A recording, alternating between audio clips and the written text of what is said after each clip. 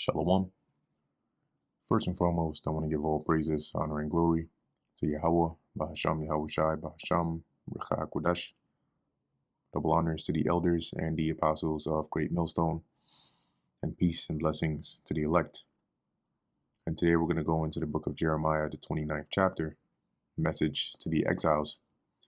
And in here, Jeremiah basically sends a letter to those that were of the captivity, right? Those that had been taken captive by Nebuchadnezzar prior to them fully destroying, Jerusalem, right? So you had for a period of time Israelites that were captive in Babylon, and then you had Israelites that remained in the land.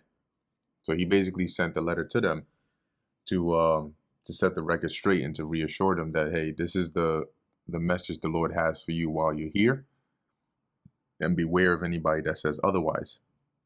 Keeping in mind that you had also prophets like, you had Daniel and so on, but you also had Ezekiel, okay, at this time, who was part of the captives in Babylon, also prophesying to them in the name of the Lord. So this is Jeremiah chapter 29, verse 1. Now these are the words of the letter that Jeremiah the prophet sent from Jerusalem onto the residue of the elders which were carried away captives, and to the priests, and to the prophets, and to all the people whom Nebuchadnezzar had carried away captive from Babylon, or from Jerusalem to Babylon. After that, Jeconiah the king, and the queen, and the eunuchs, the princes of Judah and Jerusalem, and the carpenters, and the smiths were departed from Jerusalem. So this is basically telling you that these were, you had already a few captives that were there, but this was when the bulk of Israelites were also taken there, including Jeconiah and so on and so forth. And also the reason they took the carpenters and smiths and so on is because, well, if you have carpenters, you have smiths, that's beneficial to your land because they build things that you need. So by realizing that Jerusalem had some, of course they would take them because they're resources. Verse 3, by the hand of Elasah, the son of Shaphan, and Gemariah, the son of Hilkiah, whom Zedekiah, king of Judah, sent onto Babylon to Nebuchadnezzar, king of Babylon. Remember that Zedekiah, having been under the reign of Nebuchadnezzar, you would, in order to have communication, right, between the two, you had messengers. So whether it was to report a concern or, make a request or even pay tribute or something like that, you had messengers that would go back and forth. So here, when Jeremiah took the opportunity, having seen, okay, well, Zedekiah is already sending messengers to Nebuchadnezzar, so there are people that are going to Babylon. So in that case, let me have them deliver this message for me. So this is what the message says. Thus saith the Lord of hosts, the God of Israel, unto all that are carried away captives, whom I have caused to be carried away from Jerusalem unto Babylon. Build ye houses, and dwell in them, and plant gardens, and eat the fruit of them. So make yourself at home, because you're going to be here for a while. Take ye wives, and beget sons and daughters, and take wives for your sons, and give your daughters to husbands, that they may bear sons and daughters, that ye may be increased there and not diminished. So you are a portion of those that were in Judah. Don't have the mindset that, oh, you're going to be returned back like within a span of 2 or 3 years. You're going to be here for a while. So don't try to, live a certain rigid lifestyle, but rather continue to populate while you're there so that you don't, as it says, you don't diminish. Okay. And seek the peace of the city, whither I have caused you to be carried away captives, and pray unto the Lord Yahweh for it. For in the peace thereof shall ye have peace. Meaning, this is a place where you are and you're going to be for a while. So when you pray, pray that, it maintains good, because if the city is good, then you're good. But if there's a famine in the city, you're going to be affected, right? If there's pestilence, you're going to be affected. If there is a war, you're going to be affected. So as long as that city is in peace, you will be in peace. For thus saith the Lord of hosts, the God of Israel, let not your prophets and your diviners that be in the midst of you deceive you, neither hearken to your dreams, which ye caused to be dreamed. So what that latter part means is when you have dreams, and they like interpret it, or it may seem like, oh, I had a dream that, the Lord delivered us, or this, that, don't fall for that. Even if you do have a dream that looks like that, it's not a vision of what's going to happen. For they prophesy falsely unto you in my name, which we've seen that before. I have not sent them, saith the Lord. For thus saith the Lord Yahweh, that after 70 years be accomplished at Babylon, I will visit you and perform my good word toward you in causing you to return to this place. So they of the captivity knew, because Jeremiah sent a letter to them that was read to them, that you're going to be here for 70 years. All right. After 70 years, the Lord is going to visit you and cause you to return. That's what the letter said, amongst other things. So, for example, when you go to the book of Daniel, the 9th chapter, you see that Daniel makes reference of this because he was also captive, like he was also in Babylon. So he must have obviously heard as well what was in the content of the letter of Jeremiah. That's how he knew. So when you go to Daniel 9:1, it says, in the first year of Darius, the son of Ahasuerus, of the seed of the Medes, which was made king over the realm of the Chaldeans. So this Daniel 9 is after the Babylonian Empire has been taken down, or taken over by the the Persians, right? However, Daniel kept in mind the things that Jeremiah had said.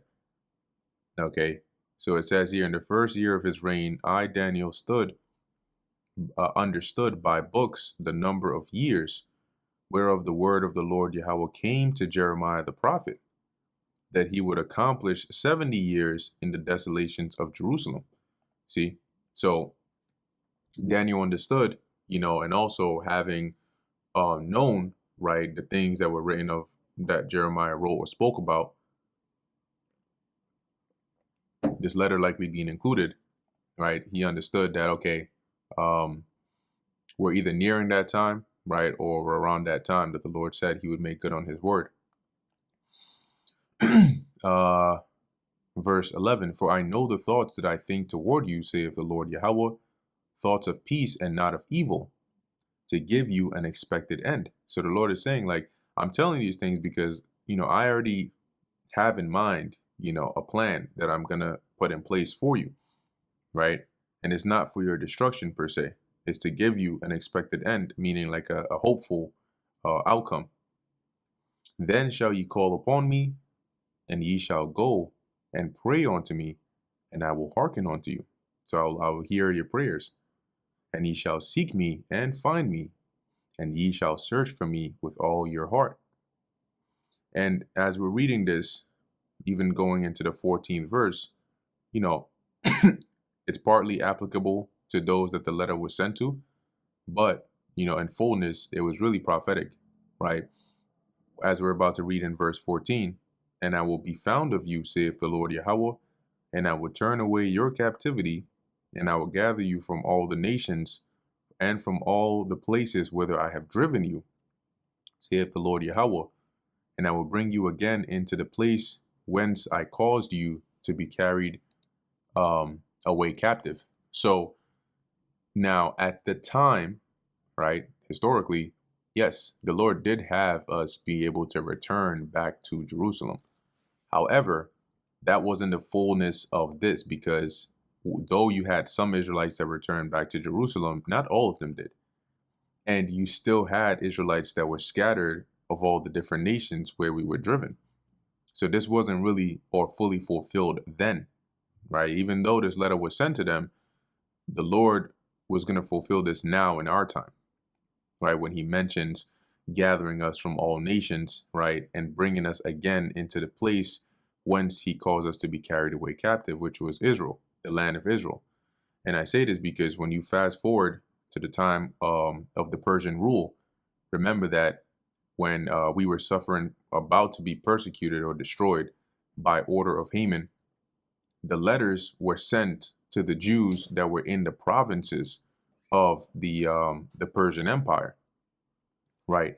So that was that, and that was, you know, it mentioned I forgot the number of provinces that they had, but it was a lot, you know. So it wasn't all Israel wasn't back in their land when that happened, but that was after this letter was, you know, was read, and it was after the Jews, after the Babylonian captivity. Yet this wasn't fulfilled at that time. Okay, so we know that this is really in reference to our time now. Because ye have said, the Lord Yahweh hath raised us up prophets in Babylon, right? Let's read this also in the NLT in this verse.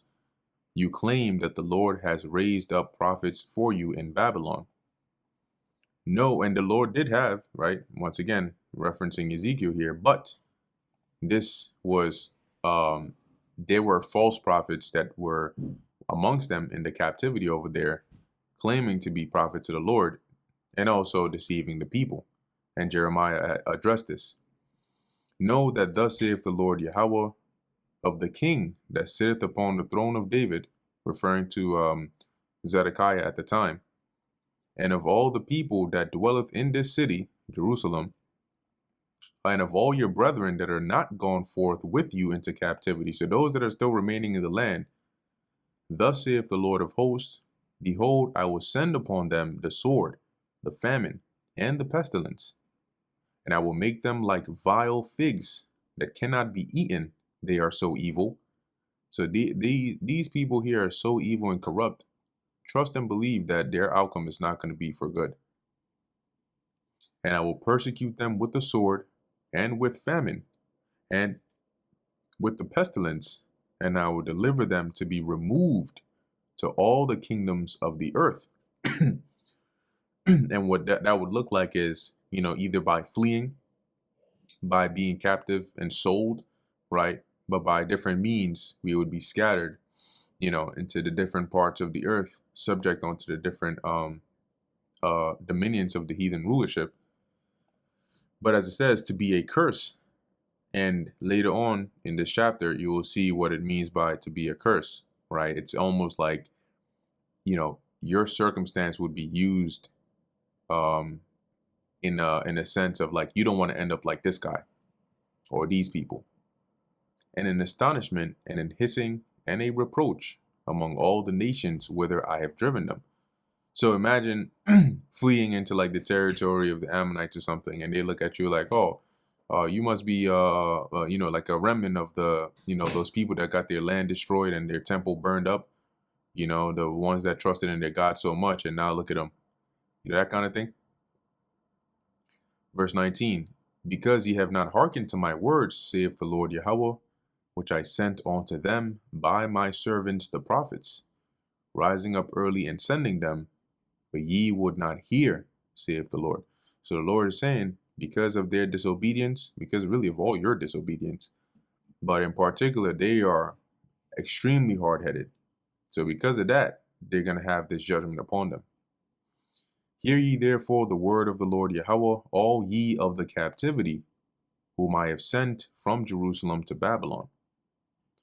Thus saith the Lord of hosts, the God of Israel, of Ahab, the son of Kolaiah, and of Zedekiah, the son of Maaseiah. So these were individuals, false prophets amongst the captivity in Babylon, who were, you know, prophesying to the people lies in the name of the Lord. So concerning these two individuals, which prophesy a lie unto you in my name, behold, I will deliver them into the hand of Nebuchadnezzar, king of Babylon, and he shall slay them before your eyes. So they're going to die. Something is going to happen. And the Lord is going to give them up into the hand of Nebuchadnezzar, and you're going to witness their deaths. Now that is thus saith the Lord. And of them shall be taken up a curse. Once again, right, there goes that verbiage of taking up a curse. And now you see what it means, right? So of them shall be taken up a curse by by all the captivity of Judah, which are in Babylon, saying, the Lord make thee like Zedekiah and like Ahab or Ahab, whom the king of Babylon roasted in a fire. See, so them being roasted in a fire was obviously it's not a good thing, but to take up a curse is like saying the Lord is going to do just like the Lord did this to such and such. He's going to do that to you. Okay. Because they have committed villainy in Israel and have committed adultery with their neighbors' wives and have spoken lying words in my name, which I have not commanded them. Even I know and am a witness, saith the Lord. So the Lord is like, you may not know what's going on in there, but I see everything. And I'm telling you that this is what they're doing over there. Those lying, wicked individuals. Thus shalt thou speak, or thus shalt thou also speak to Shemaiah the Nehelamite, saying. So having addressed those two, was Zedekiah and Ahab. Now, right, you had Shemaiah, who is also another false and wicked individual. So concerning him, thus speaketh the Lord of hosts, the God of Israel, saying, because thou hast sent letters in thy name unto all the people that are at Jerusalem, and to Zephaniah the son of Maaseiah the priest, and to all the priests, saying. So you had this guy, Shemaiah, basically sent a letter to those in Jerusalem. And what he was saying was, to the priest, to Zephaniah, the Lord hath made thee priest in the stead of Jehoiada the priest, that ye should be officers in the house of the Lord. For every man that is mad and maketh himself a prophet, that thou shouldest put him in prison and in the stocks. So in other words, isn't it your job to lock up anybody that's, that's going around saying these horrendous things and calling themselves a prophet? Aren't you supposed to handle them accordingly? Now, therefore, if that's your job, why hast thou not reproved Jeremiah of Anathoth, which maketh himself a prophet unto you? So this self-made prophet Jeremiah, why haven't you dealt with him yet? So this guy was basically seeking the hurt of Jeremiah, because he had likely heard, obviously, the things that were being said. And you can imagine, right, just deducing from how this guy's energy is, more than likely the things that he is either pushing or saying is not in line with what Jeremiah was saying, right? So in order to make himself seem as though what he is saying is accurate, well, he's basically trying to portray Jeremiah as a self-made false prophet that needs to be dealt with.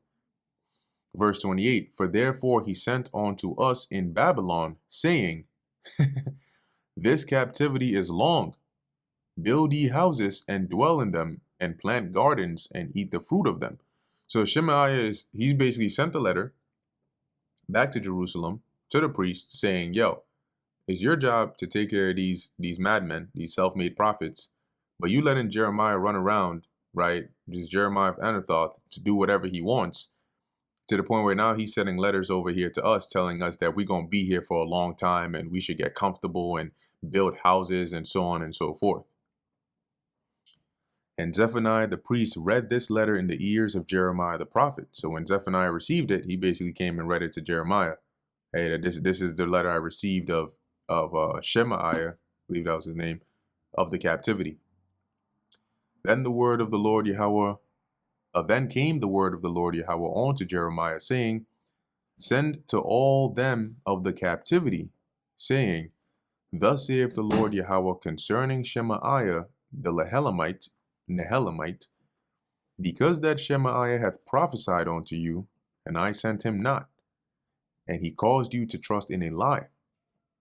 Therefore thus saith the Lord Yahweh, behold, I will punish Shemaiah the Nehelamite and his seed, and he shall not have a man to dwell amongst his people. So I'm going to take him out and his descendants. Any of his descendants he may have, I'm going to put an end to all of them.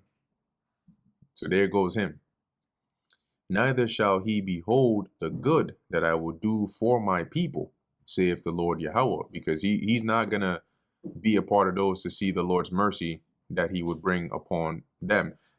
In that time, those of the captivity being allowed to go back and rebuild the temple and so on and so forth, he would be out of there by then, saith the Lord Yahweh, because he hath taught rebellion against the Lord Yahweh. See, similar to what was that? I think we read about Hananiah, right? I think the same thing was said about him, that he had taught rebellion against the Lord. See, and that brings us to the end of the book of Jeremiah, the 29th chapter. So Lord willing, this is edifying to the elect. In closing, I want to give all praises, honor, and glory to Yahweh, Bahasham, Yahweh Shai, Bahasham, Recha Kodash. And until next time, Shalom.